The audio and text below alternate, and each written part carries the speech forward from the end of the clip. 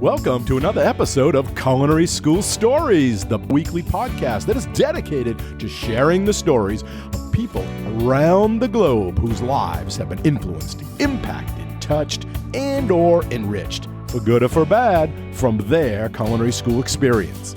Hi, my name is Colin Roach, and I'm your host. Thanks for joining us today. You are an important part of this show, where we ask the question, what's your culinary school story? So now, without any further delay, let's meet today's guest. Hello, and welcome to another episode of the Culinary School Stories podcast, a proud member of the Food Media Network.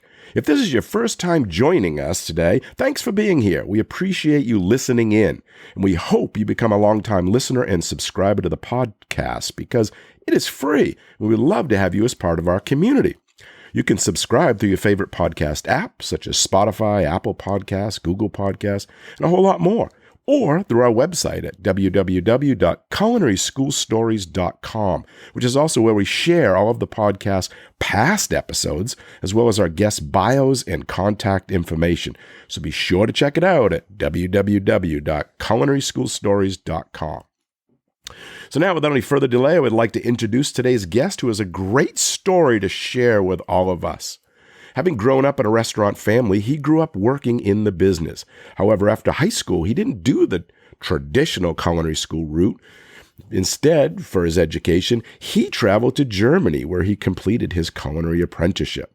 And after working in numerous restaurants and hotels, including owning and operating a few of his own, he transitioned to a culinary educator, became an instructor at a number of different schools, which we're going to talk about. And with that said, it is my pleasure to welcome Chef Rudy Kloeble to the show. Rudy, thanks for joining us today. Thank you, Chef. It's great to be here.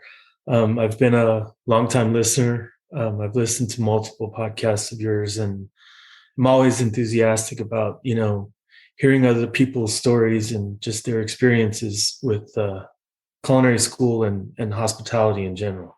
Yeah, that's what it's all about. We have so many similarities, everybody going to schools, no matter where they are, or going apprentice route. We're all very similar in the same way, and we like to get that message out, especially to those that are coming behind us. Yes. So I'm so excited to have you on the show, and I have to apologize in advance for my throat. I got a little bit of a cold, but I'm drinking my tea here, so I should be able to pull through. Nice.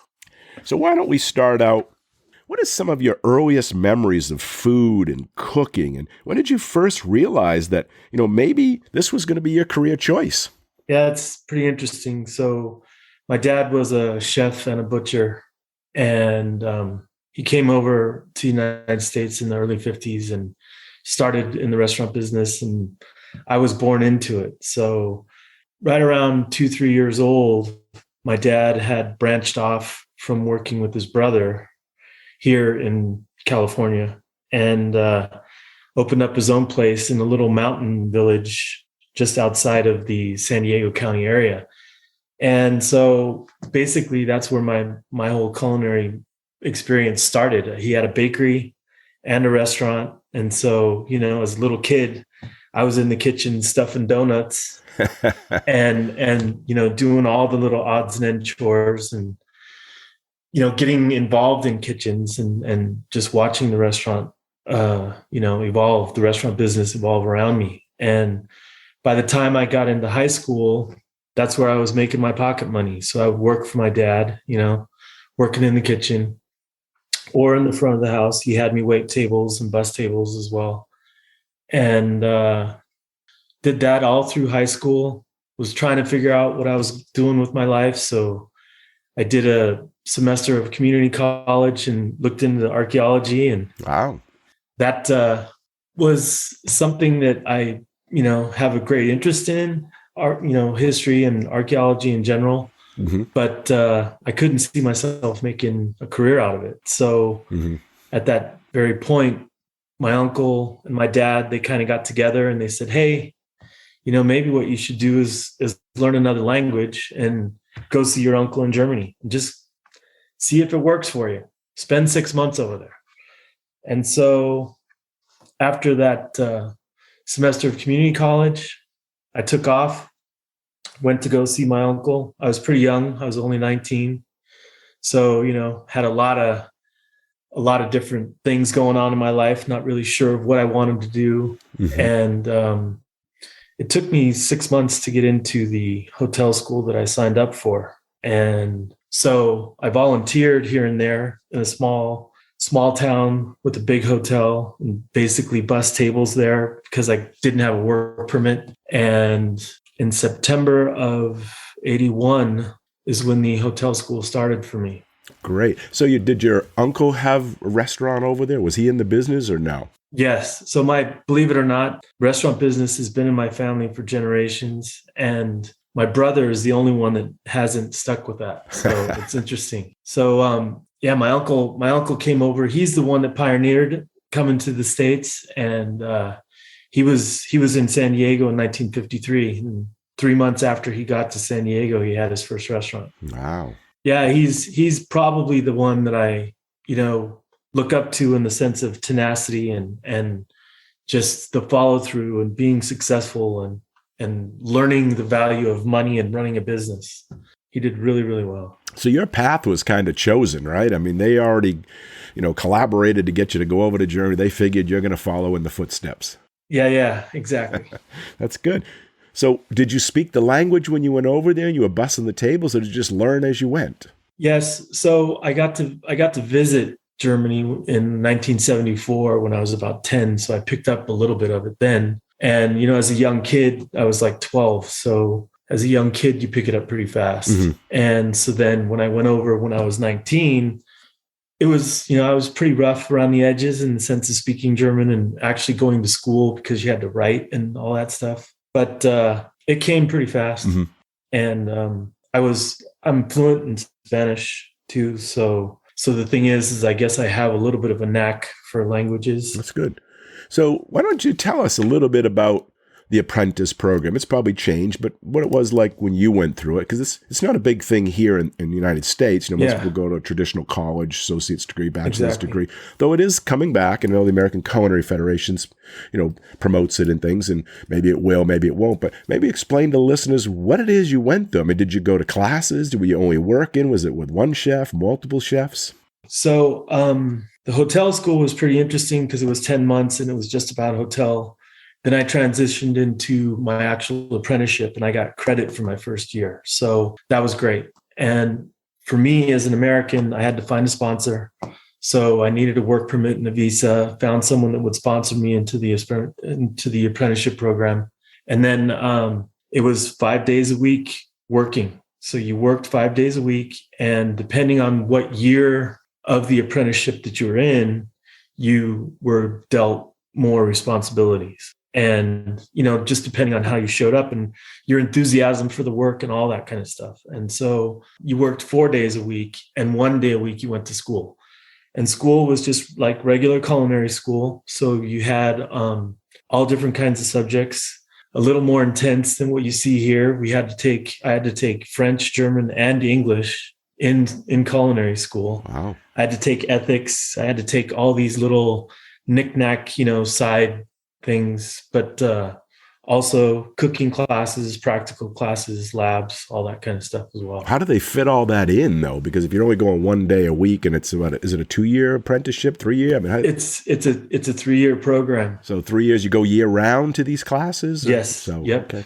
Yeah, year round. It's a lot of subject matter, as you know, being a culinary educator. How do you fit all that topics in there? But I guess a lot is pushed on you to do on your own, homework-wise and research type. Yeah, and the interesting thing is that it was all in dictation, believe it or not, when I was going, because 1981, they had no computers over there. Right. That's what taught me German. So I had to take notes on everything that was discussed in class. And so by writing it down, it got me into German a lot, quicker and faster. So talk about the cooking part. Now, you learn that in the school you just mentioned. So maybe you learn a cuisine or saute or stocks or something. Then do you have to go back on the job and practice those particular skills and get assessed on those skills? Yes. So the way it works is that the apprenticeship school that I went to was a state-run school from Munich. And they basically have a sheet to work off of all the topics that need to be taught within each year of your apprenticeship. So the first year, you're supposed to take on stocks and sauces and the fundamentals and knife skills and all those things. that gets signed off by the executive chef at your work. Mm-hmm. And so he goes through that with you, and you sign off on all the different topic, subject matter that you are going through. And it was pretty fast paced. Mm-hmm. But the one thing is that it was just really, a lot of it was based on your enthusiasm and your want to learn. So like the restaurant that I worked in had a fine dining restaurant. It also had a steakhouse, and then it had a production kitchen. Mm. And so you got to work in all three of those different kitchens based upon your experience level. And a lot of the, first year apprenticeship students were working in the production kitchen, making lots of big batch, material. And then as you progressed through the program, you got to go into the steakhouse. And then from the steakhouse, you progressed into the fine dining restaurant. Wow. And that's how it was for me. So great. Now, what if you don't pass? What if they don't sign off? Is it up to the chef then to retrain you and have you do it again? Or do you have to go back to that class? That school is responsible? How does that work? That's interesting, because I was afraid that, with the language barrier and some of the things that I had to go through, but I passed. So I believe the way that they run it over there as well is that you do get a second round to do things. And I'm not sure how that worked with the restaurant, but they are obligated, as far as I know, to get you through the program so that you get your certificate. And then you come out as a journeyman, or is it exactly go apprentice, journeyman, and then you kind of keep going through the ranks? Yeah. So once you get the apprenticeship, you are basically a certified cook, and then from there you go on to your journeymanship, and you find other places to work in, other chefs to work for, and based on your experience there is how you progress through the ladder and get to become a station chef or something like that. It was pretty interesting. So I really loved Munich. Munich is a very sunny town compared to the rest of Germany. There's lots of sun there in the summertime, and it does get cold, and we're close to the Alps, but it's probably got the best weather of all of Germany. And so from there, how did they take you being an American? How did they treat you? How did they take you to the, like, what are you doing here? Why are you in our country? Anything like that? Exactly. They, I did get a lot of jokes thrown my way, and, you're just a burger flipper and things like that. And it was fun to, establish myself and show people that I was serious. And in the thing is too, is like, you as well as I do, what it was like being a chef in the 80s and being a cook in the 80s. And yeah, it was rough. I mean, there's no civil rights over there. If you stepped out of line and you were doing something really nasty, or you were wasting food or something like that, they'd rough you up. They didn't put up with with those types of things. Yeah, and a lot of listeners may not know, because this was like, pre-computer, pre-Food Network, if chefs weren't, the all-star, rock stars they are today, it was a totally different career type of thing, militaristic. Yeah, well, it's interesting too, because I worked for a Swiss company that was in Germany establishing restaurants, and they were basically international. So the sous chef of the restaurant that I worked in, he was Polynesian, and it was really, really interesting, because talking about a language barrier, I spoke better German than he did. Right. And he was the type, very militant. He didn't put up with anything. And he could, he would prefer to speak English to you than German. And if you got in his way, or if he was angry about something, yeah, it wasn't fun. Yeah. It's a different world back then. Oh yeah. Not a better world, but a different world. Yeah. So then you got out, right? So then you stayed over there and worked a little bit. And tell us some of those stories. I was reading your bio, some of the famous people you cooked for, and some of those stories. Share some of those with us.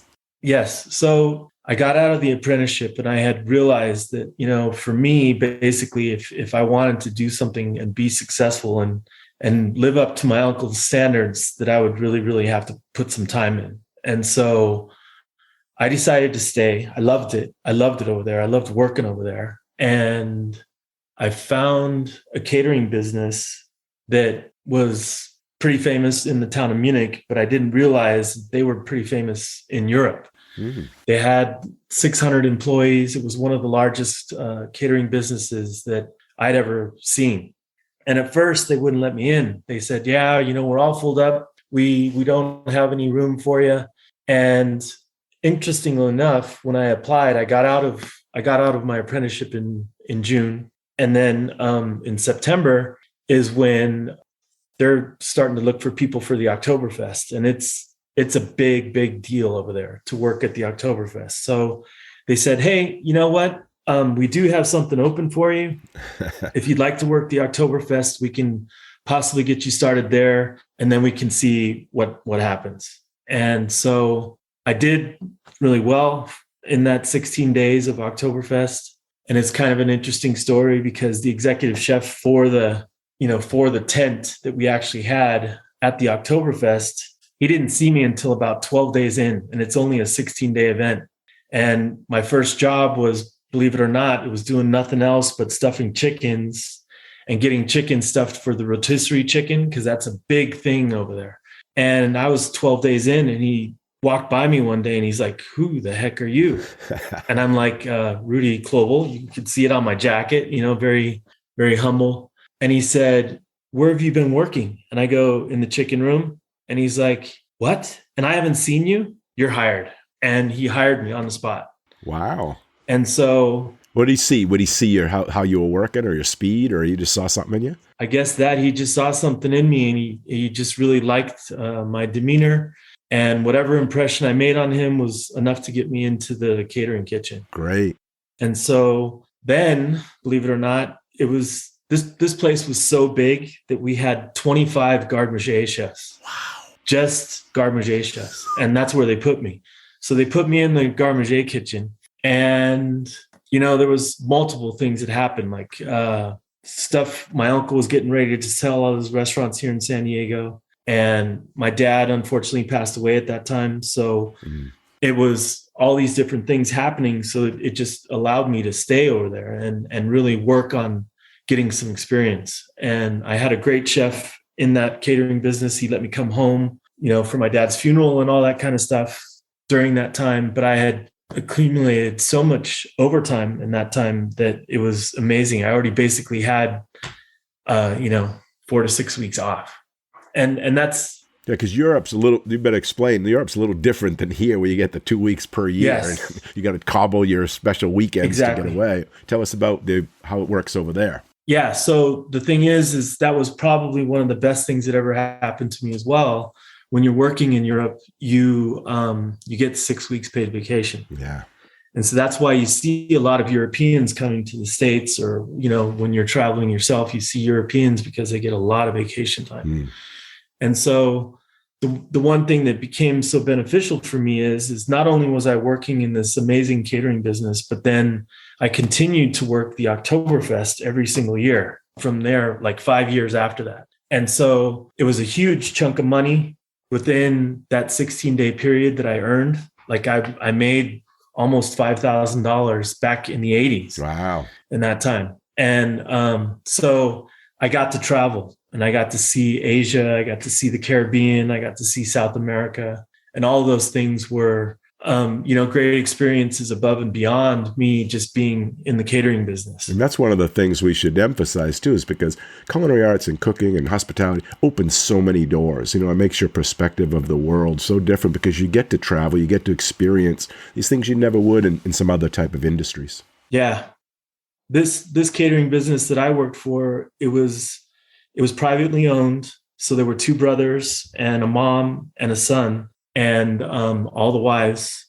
And there were 600 employees. We had our own carpenters. We had our own people that set the tents. We had all the dishwashers. We had, believe it or not, we had a huge warehouse right by the Munich airport, so that when things were flown in and out, they would be close to the warehouse. Right. To get things back and forth. And, it was an amazing time. I got to work on a train. I got to work all over Germany and catered for many, many different people. My 15 seconds of fame, I always say, is that I got to work and cater for the King of Spain. Wow. Yeah. And what was that event? Just a regular holiday party or something like that? He came to Munich for something. I don't know if it was some form of, some formal invite or something like that from the state, but he was in Munich, and there were 300 people invited. That was the first and only time that I ever saw bodyguards come into the kitchen and taste all the food to make sure that nothing was, that everything was kosher. They wanted to make sure everything was good. And sure enough, I had no idea. Germans, going through culinary school, they don't emphasize the French cooking as much as they do like here in the States. So I didn't learn that much about Escoffier and all that stuff. I'm sure you know that through the Second World War, there's a little bit of rivalry there. So they don't speak that much about each other. And so I'm just doing my job in the kitchen, and I look over my shoulder and I see these 3 pastry chefs walk into the kitchen, and they start doing the pastries. And it was Gaston Lenotre. Wow. Doing the pastry for this. Yeah. And he did I'll never forget it. He just did these peeled grapes with the Savoyone and some ice cream, and came in, flew in on a helicopter, and flew right back out. Wow. Just for the event. Just for the event. And it was downtown Munich too. Like, it was unbelievable how they organized all that kind of stuff. Yeah. The things you see. I mean, tell us about some other people. You had another famous people that you worked for and stuff. I'm sure the listeners would love to hear those stories, and the bodyguards and the caviar and all the decadence. Yes. Yeah. So, well, one interesting thing is that we did another event, and this was outside of the town of Munich, down close to the Alps, somewhere on a lake.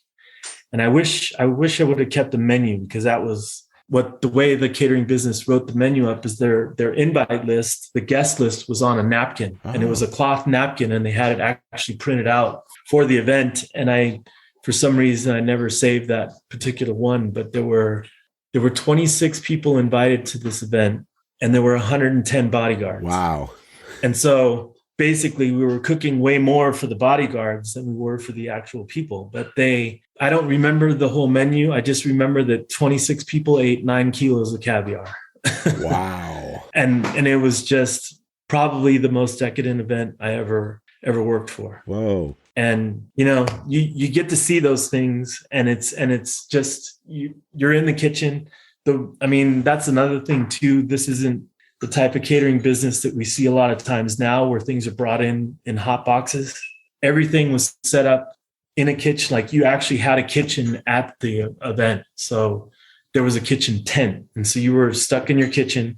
They brought in ovens, they brought in all the stoves, all the gas, all that kind of stuff. And you did your event, you did your plating in there. So we set up plating tables and all kinds of stuff. So it was like a regular, offsite kitchen. Right. And that's not something that you see that often these days. No, only on high-end events. You don't see it on most lower end. But the interesting thing for me is I also did get to run and operate 2 businesses over there. So one of them wasn't successful. It only lasted about 6 months, and it was a concept that we tried, and I didn't get along with the people. They didn't get along with me. We couldn't get the numbers right. But then towards the end of my time in Germany, so from 87 to 93, I found a place that was on a lake down south of Munich, about 40 miles out of town. And, interestingly enough, the way restaurants work over there is that after the Second World War, what happens is all the breweries took over all the restaurants, because the restaurants didn't have money. And so that created this huge brewery monopoly over there. And what ends up happening is you try and find a lease on a restaurant, and you have to sign a lease with a brewery and serve their beer. And this restaurant that we had down south on this lake was independent of any brewery. So we were able to get any kind of beer that we wanted for the restaurant. And it was a farmhouse restaurant and a destination. So it was right on the lake. And I stayed there for 5 years and cooked and ran the kitchen there, and became part owner. And it was just a great experience for me. Great.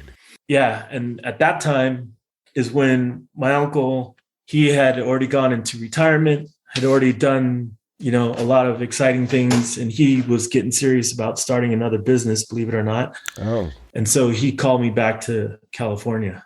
and he said, "Hey, come on back. I've got this beautiful piece of property in California. We're gonna start a bed and breakfast. I want you to run it for me, and come home." And so I did. And so I came back to San Diego in 1993, and we were on the outskirts of San Diego, up in the mountains again, on this beautiful ranch, and tried to get a bed and breakfast going, but there was just a lot of red tape. Believe it or not, San Diego has more Indian reservations than any other county in all the United States. Oh, didn't know that. Yeah. And so one of the interesting things is that, there's a lot of politics and stuff like that, and they just were not interested in helping us. And part of the licensing for that type of operation is where they do well drawdown tests and things like that. And they will do these drawdown tests on other people's property, but they need to participate. And we were surrounded by Indian reservations, so none of them wanted to participate. So we couldn't get the licensing. So you're home. What'd you do next? Yeah. Well, interestingly enough, that was probably one of the greatest experiences I ever had, because it was my uncle was, like I said, he was successful. So he had 180 acres out there, and he just returned to his roots. And for him, celebrating his pastime and all the things that he had done in life, he bought a bunch of cattle.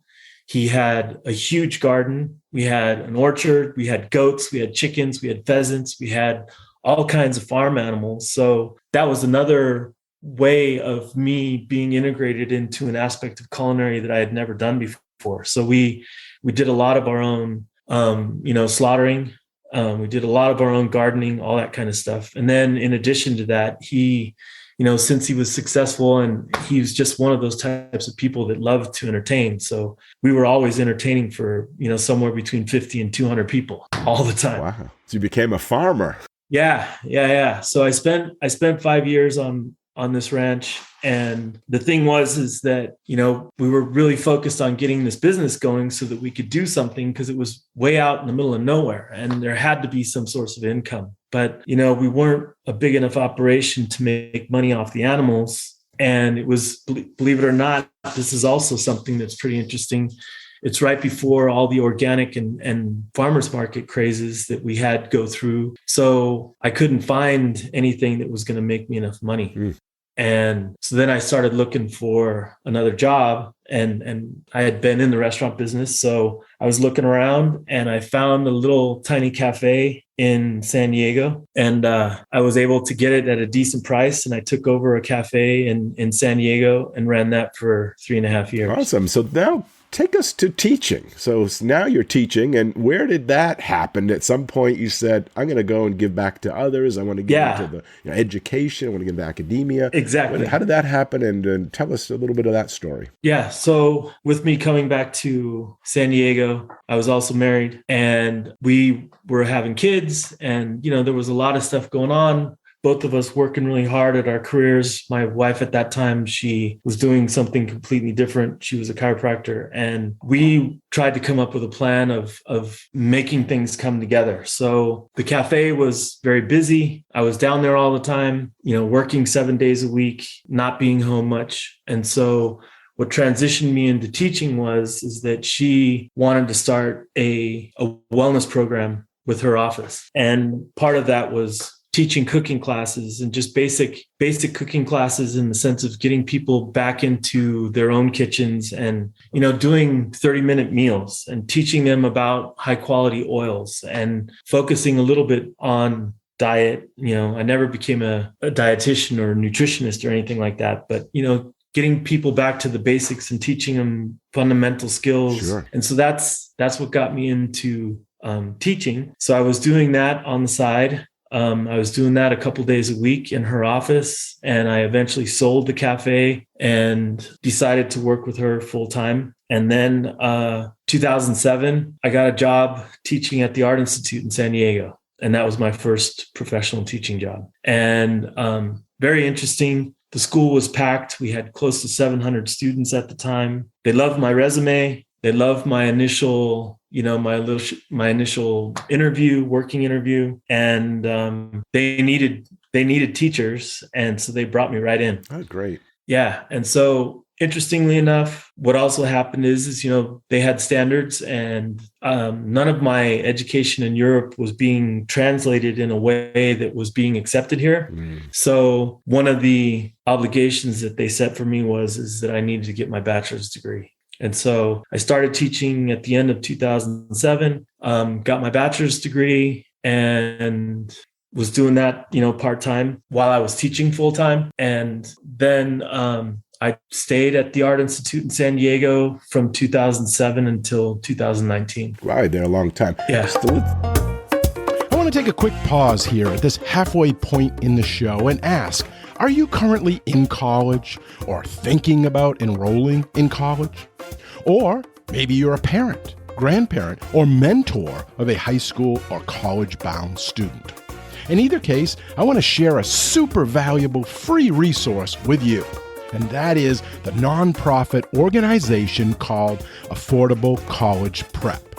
They are a free nonprofit organization that offers remote college support services for students and families, which means that they can help you with your college essays, the application process, finding financial aid, and much, much more. And again, it's free. So what do you have to lose? Check them out today. Their website is www.affordablecollegeprep.com.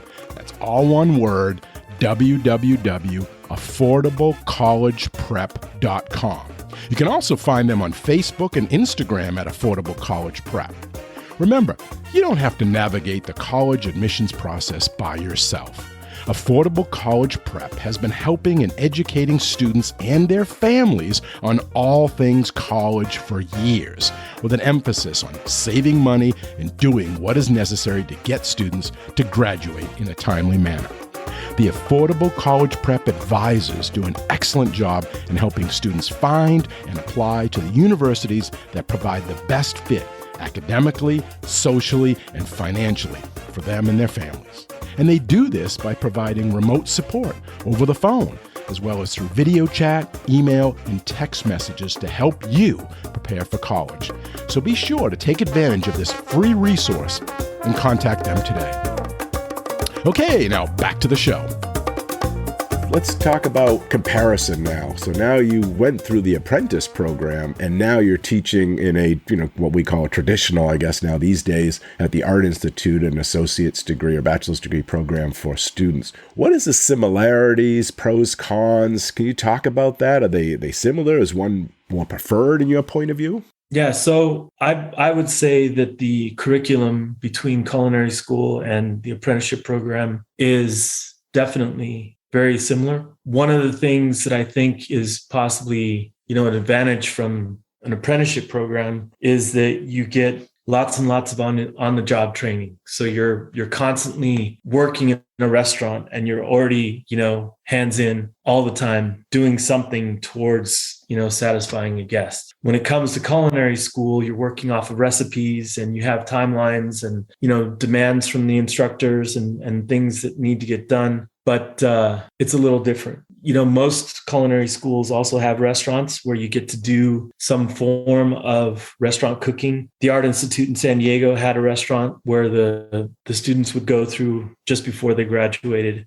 Mm-hmm. And that was really nice because it was student run, student ideas, student menu, all backed by the instructor and the approval of directors and things like that. And I enjoyed it. But I feel that you would possibly have a little bit more hands-on training through an apprenticeship program. You should get more of that practical experience in the restaurant. Exactly. But what if you didn't want to go into a restaurant? Because the apprentice program kind of, channels you right into that. But what if someone went to culinary school and wanted to be like a personal chef or a private chef or wanted to work on yachts? Or today there's so many avenues that we didn't have back in the 80s. Back then, you went into a hotel, you went into an institution, you went into restaurants. Right. But now there's so many options. Maybe you think culinary school would give them a better option. Yes. Maybe food photography, blogging, media. Exactly. Than you would with the apprentice program, because that is so narrow. Mm-hmm. Well, so another thing that's really interesting too is that, culinary school, especially here in the United States, there's a big focus on understanding more and more about pastry, and being a well-rounded chef here in the States requires that you have, some pastry experience as well, a little bit. And that was something that I didn't get. So, when you went to an apprenticeship program in Germany, it was like you're going for becoming a cook, not a baker, not a confectionist, not a pastry chef. Mm-hmm. And so those were all different branches that had their own, avenues of teaching. And the one thing that I would say for sure, especially what you just said earlier, is, going to culinary school here in the United States, you have that network of being able to look at so many different aspects. Is it really for me going into a restaurant kitchen, working a line somewhere? Or is it, do I have the possibility of becoming a personal chef or running a food truck or doing food photography? And any culinary school, the culinary schools that I've seen are great platforms for that, because you're working with so many different people and you get to know different aspects of it. You can network and find an avenue that would be really good for you. Like, one of the things that the Art Institute was famous for is that they weren't just a culinary school. They had a big emphasis on culinary school, but they had a fashion program and they had an interior design program. And so the culinary students would collaborate with those different facets and make a restaurant. And so they would design chef's jackets and they would design what the interior of the restaurant looked like, and all of those things that are little extras that you got from, a culinary school. And the one thing that I saw happen is I saw people connecting that normally wouldn't have had that opportunity to connect. And quite a few of them did things with each other afterwards. They started something, or they went to work somewhere together, or, things like that. Creating those relationships is super important. I mean, I still have connections to 3 or 4 people that I worked with in Germany. And we're always talking recipes. We're always talking about the times we had in school and those types of things. It's a great opportunity. Yeah, the networking, the open the doors. You might not get that in with the path of apprentice, because they have a direct goal that you're going to be a cook, or you're going to be this. Exactly. You don't have that outside stuff. Whereas culinary school seems to have more opportunities, sometimes to a fault, because they don't really know what they want to do. It's like you got to pick a career, but there's so many opportunities, like college in general, where you could take a lot of elective courses and do some exploring to find out where your interests really lie. Exactly. And the other thing is too, is I can say, I mean, of course, this is, 30 years ago, but the thing is too, is it was way more focused on, this is your career path. You're going to be a cook. This is it. There's not much room for this whole creativity thing. And, I think these days with the younger generations, you can't avoid the creativity. They are so creative, coming into school already. And with, all the different, social media and things that we have these days, the Food Network and things like that help, students be so creative. And you should see, I'm 3 weeks into my semester now with the restaurant class that I'm teaching in Greystone. And basically every single chef that I have working for me, student chef, they created their own plates, and their plating is phenomenal. We made some small adjustments, and everyone's really happy. Yeah, the freedom to create and be customize how you want to prepare and how you look at food has definitely changed. Because before it was very strict. This is the way it is. It was, as you mentioned, German food or French food, and you followed this prescribed to the T. But now there's fusion. There's so many opportunities to blend things, to be creative, to go and get inspiration on the internet or the social media, and you bring that in with your own style. And I think that Europe is also transitioning a lot too. Like in the past couple of years, I've had a couple students make it to Europe and actually get into, a restaurant somewhere where they had an opportunity to do a really good stage for a couple of months or something like that. And, that has all changed, and they're really moving up in the sense of promoting all the same things that we see here in culinary schools in the States. Mm-hmm. So let me ask you, do you think culinary school's worth it? Is the return on investment there? And do you need culinary school? I mean, what is your thoughts about that, having gone through the apprentice, having taught at multiple culinary schools? What do you think about the big picture and where it's going in the future? Yeah. Well, I think that that's really interesting as well. I'm sure that there are going to be lots and lots of changes in the sense of you see more culinary schools going directly on the internet without having brick and mortar campuses like Escoffier and Ruby, I think is another one that I know of. Yep. But I think culinary school is something that is more directed towards those students that maybe need that structure. You could probably do really well in the sense of working with someone that is a good mentor and working your way up the ladder and those types of things. If you have the right person in front of you that's going to teach you everything that they know, which is never a guarantee. But the one thing is, and in that sense, in that path, you're going to save money, right? Because you're not going to have expenses for culinary school and those types of things. But I also see that there are many students out there that need that structure. They need the structure of having time to go over recipes more versus having to do it in a working kitchen where it's crowded and there's lots of stress and all those types of things. And then once they get that basic experience underneath them, then they're ready for, transitioning into a restaurant and things like that. And so, yeah, there is debt involved with college and it's not fun. But the one thing is I think you and I can both attest to the fact that, culinary school is what you make of it. You have to go in with a certain sense of enthusiasm and have that thirst for knowledge and really, make sure that you're getting the most for your money. Yeah, I agree. I think, culinary school, obviously not for everybody. And you have to really do the soul searching and your due diligence and do your research and find out the options that you have and be serious about it. And it is going to probably have some debt.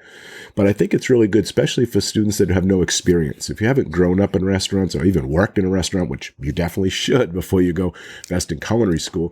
But I think that really helps because it does give the structure, it does give the foundation and the basics. And many people don't have the discipline to do online.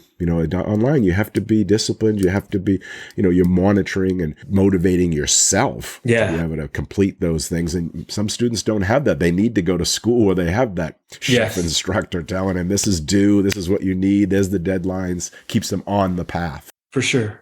So what is culinary school that you see now? Is anything surprising you? Like, wow, they don't have this class anymore? Or, oh, wow, they have these classes now? Or, thinking about the curriculum as a whole and what you're trying to set for outcomes and objectives for the students. I know you're at the Culinary Institute of America now, and you were at Art Institute in the past. Yes. Do you see any changes? Does it excite you? Does it bother you? Tell us a little bit about what you see based on your experience. So I did transition from the Art Institute to the CIA, and definitely, the CIA has a long time heritage in school and teaching, and so their program is amazing. I think there could be, a little more transition in the sense of, where is it that we can go? Maybe a little more emphasis on some food science, or maybe that whole creative aspect of offering, like a photo class program in that sense.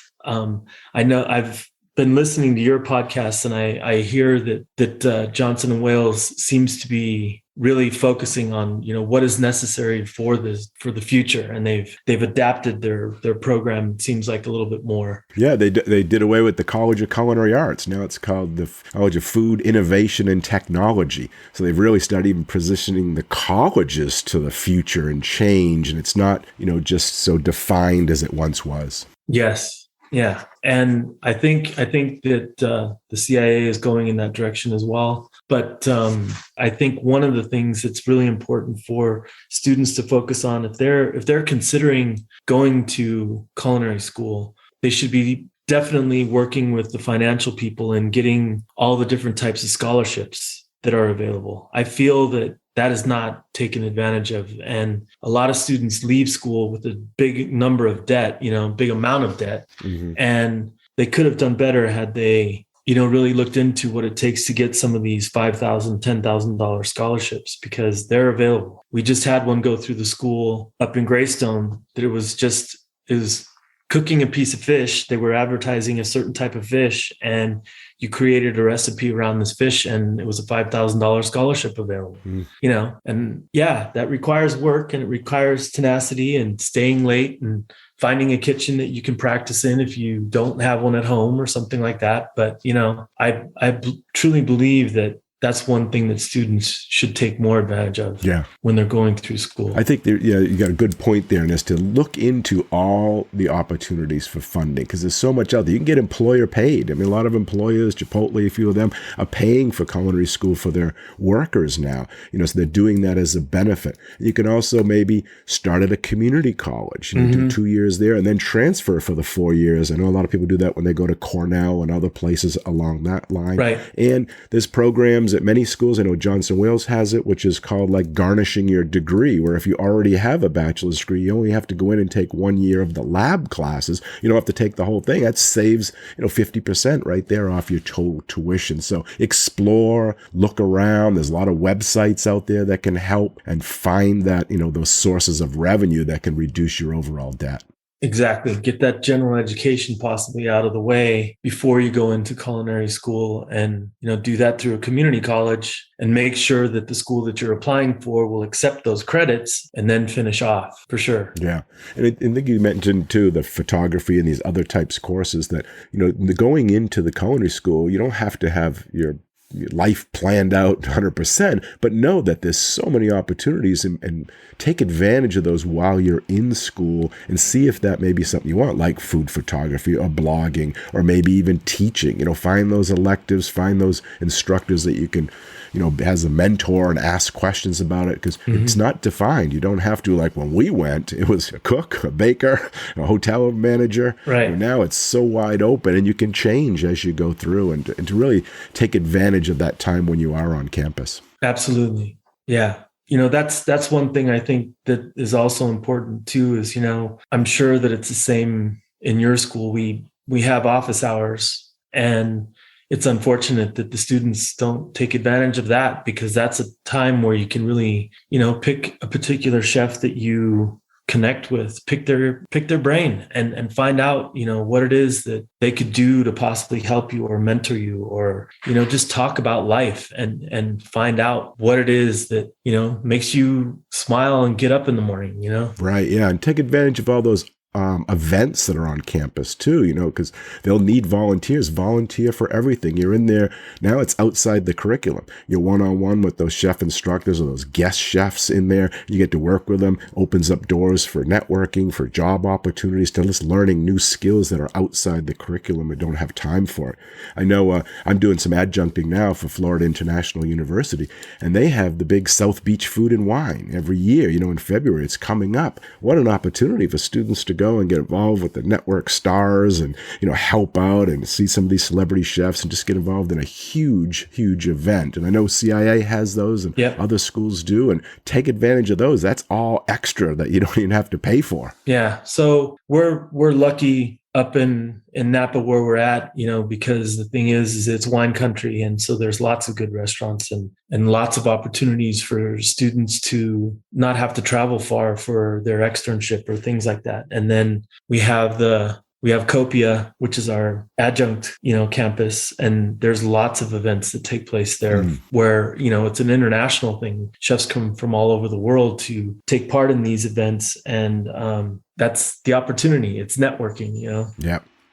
So you have done quite a few things. You have that apprenticeship. Now you're teaching school. There's a lot of information that you still have that we're not going to be able to get to. But if somebody had a specific shout to you, is there a way they can contact you, or the way they can follow you, see what you're doing in your career? Sure. My Instagram handle is basically just my name. So it's Rudy Kloeble. And you will see Bryce's Butter on there. That is something, it's named after my son.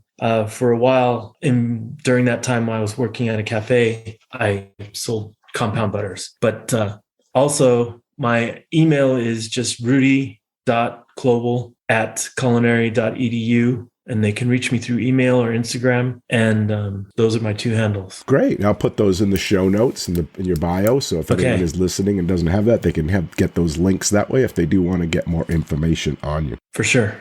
So you've been a teacher and instructor. From your point of view, as a student, as an instructor, as a teacher, what makes a good teacher? What makes a teacher effective? Yeah, I think one of the things that makes a teacher effective is clarity. And I think that's one thing that I would say I have as an attribute. And it's just making sure that you take the time to communicate well enough so that the person that is giving instruction understands what you're saying. And, I've worked with a lot of chefs, and some of them have horrible accents, and some of them, they speak very unclear. And then all of a sudden you have COVID and you're wearing a mask and you can't, you can't understand things correctly. And I think if people have good direction and they understand where that direction is, then it just makes things flow. So it's about organization, it's about clarity. Those are things that I think are really important for instructors to have, and having patience too. Patience is a big thing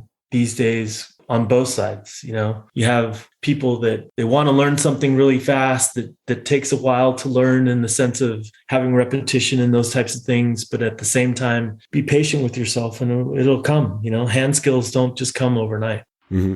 So looking back on your career, do you have any regrets? Anything you wish you had done? Anything you would change if you had the opportunity to change it? Yes, I do. In one sense, I think I should have taken more advantage of Europe. And, you see all the cultures there that we have and we get to experience now through the Food Network and things. I should have spent some time in Spain. I should have definitely gone to Italy. It's so interesting. Pasta making is probably one of my favorite things to do, and I didn't take advantage of that. And I had the work status and the visa to be able to do that. After being there and doing my apprenticeship, I got a visa that was a full-time visa that I wouldn't have to reapply for and things like that. So I could have taken advantage of it, and I didn't. And so, because Europe has so much to offer. Each country has so much, even just looking at Portugal and seeing what Portugal has to offer. They have some of the oldest ports, in all of Europe, and their cuisines and their traditions and all these different things. So if you do get a chance to go to Europe, travel and don't get stuck in one place. Yeah, that's good. Well, as we come to the end of our chat today, and before we wrap up, is there any last-minute advice or guidance beyond what you've already told the listeners that you would like to share with them, that you could, leave them those little nuggets of knowledge? Yeah, well, you and I both come from a completely different type of kitchen where there was a lot more dictatorship than it is these days. And I really hope to see that we can find kitchens that work well together. The whole sense of team is something that I think needs to be emphasized in kitchens. And, when you have a team that works well together, it just makes it that much more fun to be in the kitchen, because you're already working long hours and you're working holidays and you're working, all the times that a lot of people get to spend at home because they're not working those holidays. And so if you can find ways to, promote teamwork and responsibility and self-accountability, those types of things I think are important to emphasize for anyone that's going into kitchens these days. Yeah, so true, so true.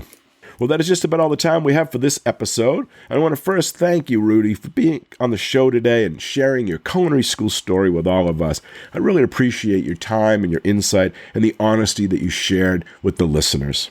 Thank you so much, Colin. It was great to be here. It's so good to see you, live like this. And because I've been listening to your podcasts, and you have such a remarkable story. And, there's not many doctor chefs out there. So that's amazing. And great to have an opportunity to share my past. Thank you. Thank you so much. Yeah, we thank you, and we'll talk to you soon. Bye-bye now. All right. Bye-bye. And a big thanks and appreciation also goes out to all of you, the listeners. We hope you enjoy the show and this episode. You all are a big part of this show, so please let us know what you think. Your comments are always welcome, and they help us in making the best show possible. You can email them to culinaryschoolstories@gmail.com. That's culinaryschoolstories@gmail.com, or even leave us a voicemail at area code 207-835-1275. That's area code 207 835-1275. And if you like the show, we have a big ask of all of you, and that is to share the podcast with everyone you know and to give us a positive rating and review on Apple Podcasts. Okay, until our next Culinary School Story, take care and be well. Bye-bye. Culinary School Stories is a proud member of the Food Media Network.